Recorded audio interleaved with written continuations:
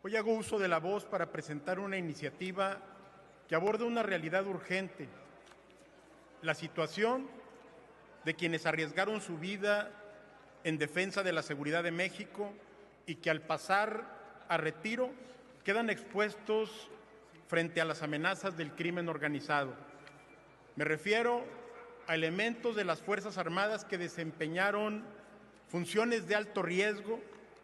o tuvieron acceso a información sensible y que hoy pueden convertirse en objetivos de represalias por parte de las organizaciones criminales. Debemos reconocer que México enfrenta una crisis de violencia que ha puesto a prueba a las instituciones del Estado,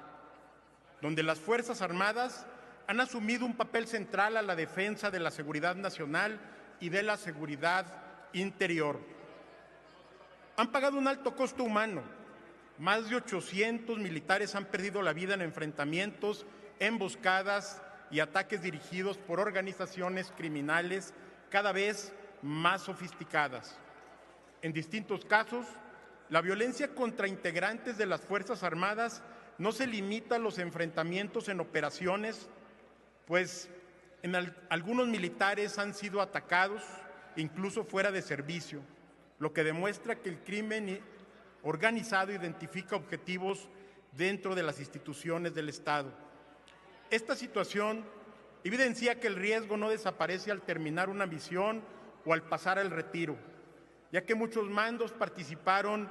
en operativos estratégicos o enfrentaron a organizaciones criminales y continúan siendo posibles blancos de represalias.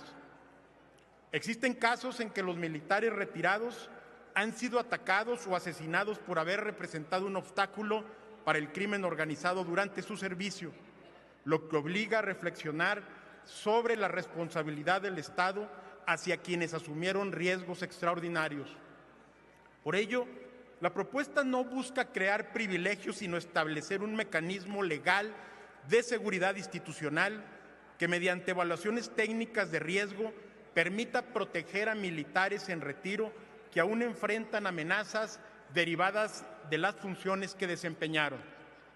En ese tenor, la iniciativa propone adicionar una fracción al artículo 18 de la Ley del Instituto de Seguridad Social para las Fuerzas Armadas Mexicanas e incorporar un nuevo capítulo sobre servicios de seguridad personal con reglas muy claras, límites definidos y procedimientos formales que otorguen certeza jurídica a esta medida. La protección personal propuesta no sería automática ni permanente, sino un mecanismo excepcional y temporal sujeto a evaluaciones técnicas de riesgo realizadas por el Instituto de Seguridad Social para las Fuerzas Armadas Mexicanas, con opinión de las secretarías correspondientes, para garantizar así un esquema institucional regulado y no un sistema de privilegios. Esta iniciativa es compatible con el principio de austeridad republicana,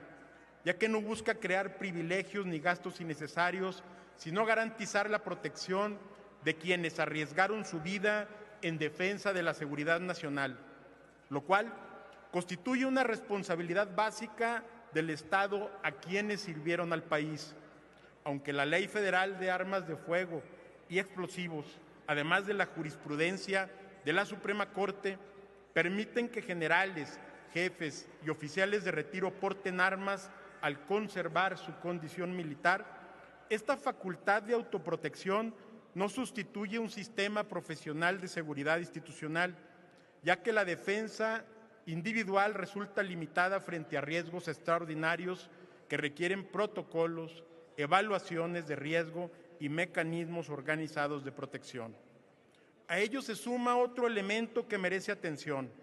Los militares retirados de cierto rango forman parte de la primera reserva y pueden ser llamados nuevamente al servicio si las circunstancias del país así lo requieren. Por otro lado, cuando el crimen organizado logra intimidar o atacar a quienes combatieron sus estructuras,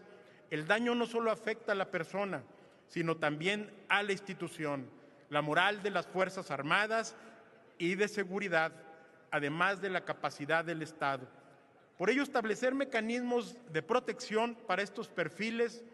responde a un objetivo de seguridad interior orientado a preservar la estabilidad institucional y evitar presiones o amenazas contra quienes se enfrentaron a la delincuencia organizada.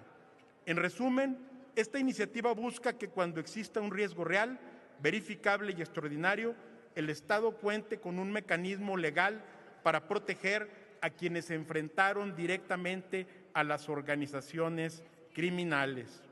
La propia propuesta establece límites claros y causales para negar o retirar esta protección.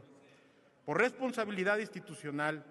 por justicia a quienes sirvieron a la nación y por la estabilidad de nuestras instituciones de seguridad, los invito a sumar e impulsar esta propuesta como una auténtica visión de Estado. Por su atención a todos, muchas gracias.